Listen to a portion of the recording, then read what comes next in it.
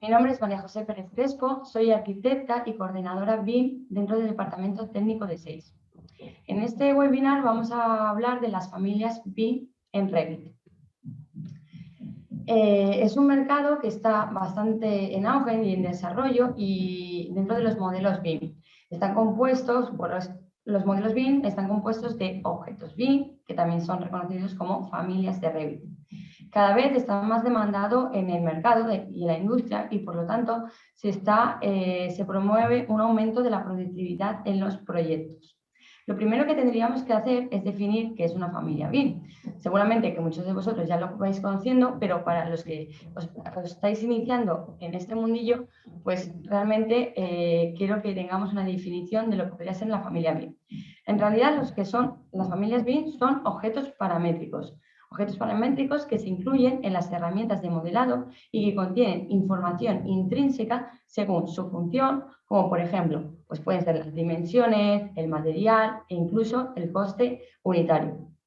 Estas propiedades de las familias BIM permiten realizar análisis y presupuestos directamente en el software.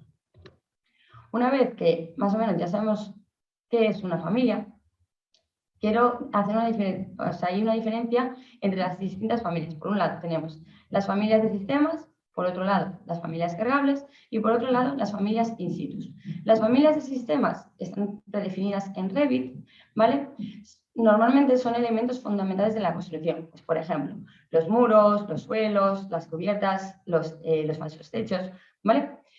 ¿Qué tienen de particularidad estas familias de sistemas? Bueno, pues aparte que ya nos vienen predefinidas por Revit, se pueden crear dentro del proyecto, ¿vale?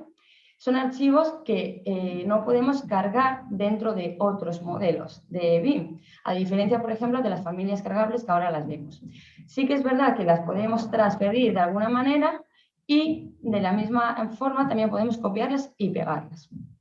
Sin embargo, las familias cargables son aquellas que se crean archivos externos, tienen una extensión RFA y su mayor característica es que se pueden cargar en cualquier proyecto. Normalmente, ¿qué vamos a hacer? Nos lo vamos a guardar como una biblioteca de objetos BIM y después los vamos a ir utilizando a medida que, según el proyecto que estemos trabajando, lo vamos a utilizar, un tipo de familias BIM u otra.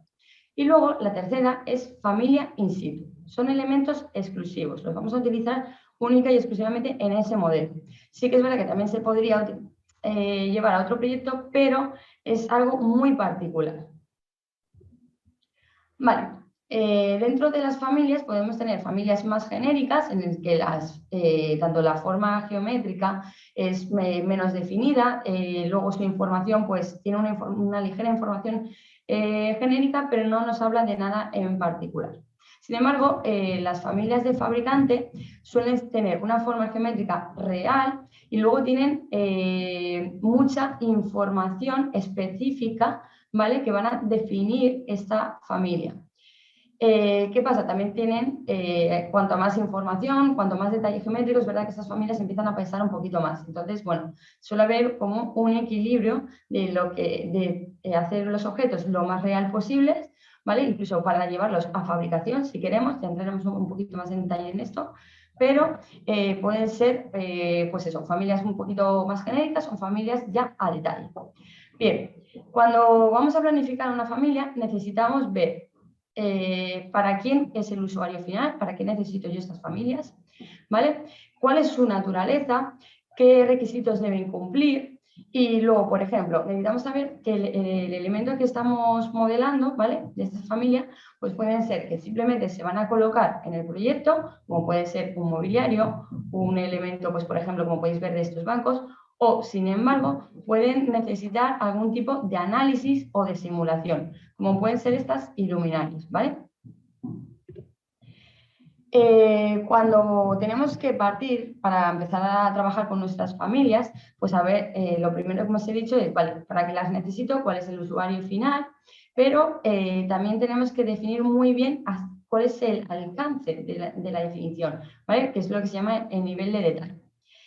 Hay que marcar una diferencia en el nivel de detalle, ¿por qué? Porque por un lado está el nivel de detalle geométrico que nos permite diferenciar 3 grados. Por un lado, el nivel de detalle bajo, ¿vale?, que serían como bloques que podéis ver aquí, volúmenes más esquemáticos. Luego, un nivel de detalle medio, que son geometrías un poquito más ligeras, pero que tienen una representación mayor. Y luego ya tenemos un nivel de detalle bastante más elevado, que sería este, que es casi detallado, que no hay ni un máximo ni un mínimo a la hora de definirlas, pero hay que tener en cuenta el peso, ¿vale?, del archivo. Entonces, podemos definir hasta el último tornillo que compone esta familia, pero muchas veces no tiene sentido, porque hace que empiece a pesar tanto el modelo que sería inmanejable. Entonces, si vamos a cargar nuestros modelos con toda esta información, pues sí que hay que definir tanto este nivel de detalle geométrico, ¿vale?, como un nivel de detalle de la información que contiene cada una de estas familias. Vale. A continuación, para que lo veáis de manera más visual, cuando hablamos de un nivel de detalle bajo, estaríamos en un nivel de detalle más o menos 200, ¿vale?, que es una descripción funcional. Si subimos de detalle, nos iríamos a un nivel de detalle 300, que ya tenemos parámetros mucho más precisos. Pues tenemos el elemento, tenemos estos conductos, ¿vale?, que tienen que alimentar esta familia, y bueno, pues vemos que también tienen un cambio de sección, ¿vale? Vemos una diferencia y una mucho más precisión, ¿vale?, a la hora de definirlas. En cuanto al nivel de detalle 400 y 500, ya lo que diferencia no es tanto esa representación geométrica, sino el contenido de la información que encontramos dentro. Aquí vemos que tenemos el nivel de la información, el LOD, ¿vale? Tenemos 4 posibilidades. Por un lado, el nivel de información 1, que es para un entregable de proyecto básico, un nivel de detalle 2, que ya entraríamos en un entregable de proyectos ejecutivos, ¿vale? Un nivel de detalle 3, que es un entregable para el final de obra, y un nivel de detalle 4, que estaríamos más bien en un nivel de detalle 500, que es ya parámetros para el mantenimiento y de este modelo, ¿vale? Después, cuando ya tenemos bien cuál es el objetivo de esta familia, quién es el cliente final, a qué nivel de detalle vamos a llegar, ¿vale?, vamos a tener que escoger nuestras plantillas. ¿Por qué? Porque, como os he dicho antes, nuestras familias cargables son familias que yo voy a ir incorporando en nuestro modelo. Revit se compone por categorías. Cada familia tiene su propia categoría, por lo tanto, mobiliarios, iluminarias, conductos de ventilación, todo tiene su categoría. ¿Por qué es importante saber con qué plantilla vamos a empezar? Porque según la categoría con la que estamos trabajando, luego nosotros podemos filtrar toda esa información y hacer, ¿vale?, todo este contenido. Pues, por ejemplo, como estáis viendo aquí, pues yo tendría unas tablas que me estarían hablando de estos conductos, pues de su diámetro, de su longitud, y puede ser incluso que tenemos unos valores predefinidos y que no nos podemos salir de ahí, y que si nos salimos de allí, pues se nos tiene que poner, por ejemplo, podemos decirle que esos valores, si se saltan de determinados parámetros, bueno, pues por ejemplo, el diámetro del conducto puede llegar hasta 500 milímetros. Si se pasa de 500 milímetros, señalízamelo en rojo, tanto a nivel visual de lo que sería nuestra geometría, como a nivel de información dentro de las tablas de información. Estas tablas de información, como os he dicho antes, van a depender mucho de qué categoría de familia, por lo tanto, de la plantilla que hemos escogido, ¿vale? Entonces, este factor lo vamos a tener muy en cuenta cuando empezamos a modelar. No es lo mismo, pues eso, un conducto de ventilación, que un mobiliario, que una iluminación, que cualquier elemento que vayamos a definir. Una vez que ya tenemos, ¿qué pasaría? Todos los fabricantes, bueno, pues han ido modelando, ¿vale? Pero tú, a medida que vas teniendo estos modelos, ¿vale?, de familias, ¿qué hacemos con ellas? Las tenemos que guardar en esas bibliotecas BIM. También puede ser directamente que los subamos a nuestra página web, puede ser que nos apoyemos de algún tipo de plataformas, ¿vale? Cada vez hay más plataformas en el mercado, Applicat, Binojet, Viranco, bueno, otras muchas. ¿Qué pasa con ello? Que cada plataforma tienen unas condiciones, ¿vale? Y nos van a pedir unos datos, y además cada empresa, pues, de almacenamiento requiere distintos niveles de información que tenemos que irlas suministrando, ¿vale? Entonces, también es muy importante qué vamos a hacer con nuestras familias, cómo vamos a ofrecer esta información a nuestro cliente final.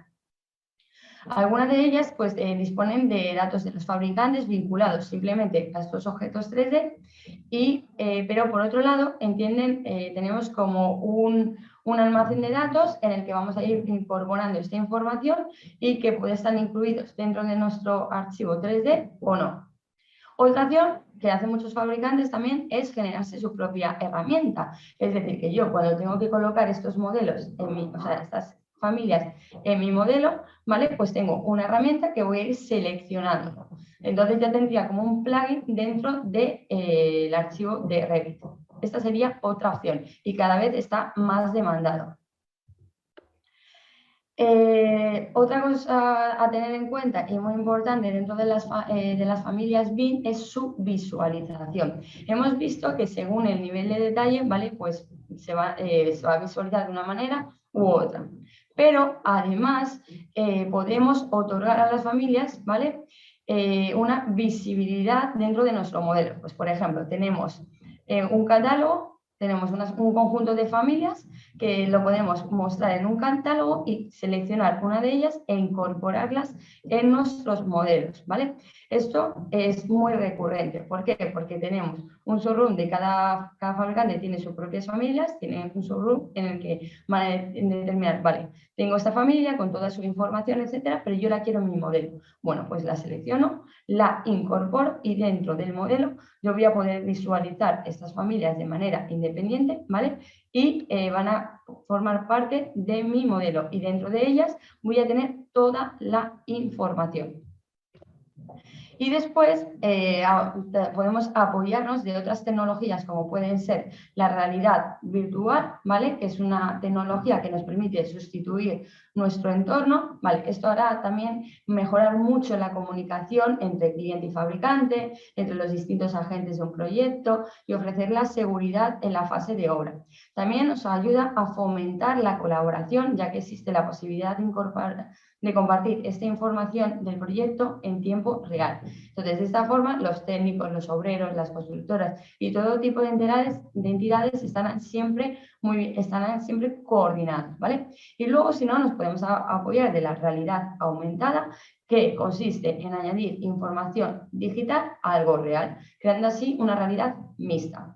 La realidad aumentada brinda a cualquier persona un acceso fácil a estos modelos, ¿vale? Independientemente de su experiencia con las herramientas BIM. Podemos integrar nuestras familias, ¿vale? En una posición real, tal como estáis viendo aquí. Entonces nosotros tenemos nuestro modelo, ¿vale? Le hemos dado esa información geométrica, le hemos dado esa información a nivel pues de todo el contenido que podemos trabajar con nuestras familias, pero además vamos a poder integrarlas dentro pues, de un espacio real. Esto también va a servir mucho pues, en obra, para un diseño, para proyectos de instalación, de una manera muy rápida y muy intuitiva, ¿vale? Entonces, al final tenemos un barrido de lo que es una familia BIM, cómo podemos trabajar con ellas a nivel geométrico, cómo podemos trabajar con ellas con la información que tenemos y además cómo podemos integrarlas en nuestro proyecto, ya sea porque simplemente las colocamos, como incluso colocarlas en un proyecto real. Voy a irme directamente a Revit para que veamos todo esto que hemos visto en la presentación un poco más, de manera más cercana, ¿vale? Me voy a ir a algún proyecto, pues por ejemplo, tenemos aquí un catálogo de lo que serían esas distintas familias. Eso sería un fabricante que hemos modelado distintas familias, ha hecho una vista en 3D, pues de tanto de luminarias como mobiliario urbano, etcétera. Por otro lado, podemos controlar, como os he dicho antes, toda esa información, pues ya sea porque la hemos filtrado con esos parámetros de información. Todos estos parámetros de información los va a ir describiendo el mismo fabricante. Entonces vamos a tener todas estas familias, es una herramienta muy potente porque van a poder incluir pues descripción en distintos idiomas, ¿vale? Incluso un acceso a su página web o ¿cómo lo puedo categorizar? Pues tenemos una familia, tenemos distintas tipologías, quién es el fabricante, etcétera, ¿vale?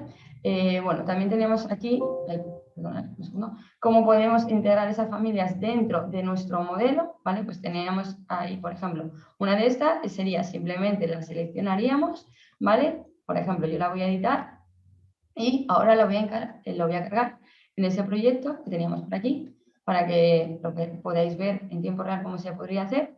Vale, bueno, esto es de techo, lo voy a colocar. Vale. Bueno, en este caso me falta el falso techo para que lo podáis visualizar, ¿vale? Pero voy a salir un momento, pero estas serían igual, las hemos seleccionado, las hemos colocado en el proyecto y como estas son de pared, bueno, las hemos integrado aquí. Luego nosotros, si la editamos, ¿vale? Vamos a poder tener toda esa información que han decidido el fabricante que quiere tener para que el usuario final, que en este caso sería yo, podría tener esa información de las familias, ¿vale? Vale, pues con esto ya tendríamos, ya sabemos qué son nuestras familias, cómo las podemos integrar, cómo las podemos categorizar, cómo nos podemos apoyar pues, en distintas plataformas para almacenarlas y cómo podemos sobre todo llegar, y lo más importante, a este usuario final. Muchas gracias por vuestra atención.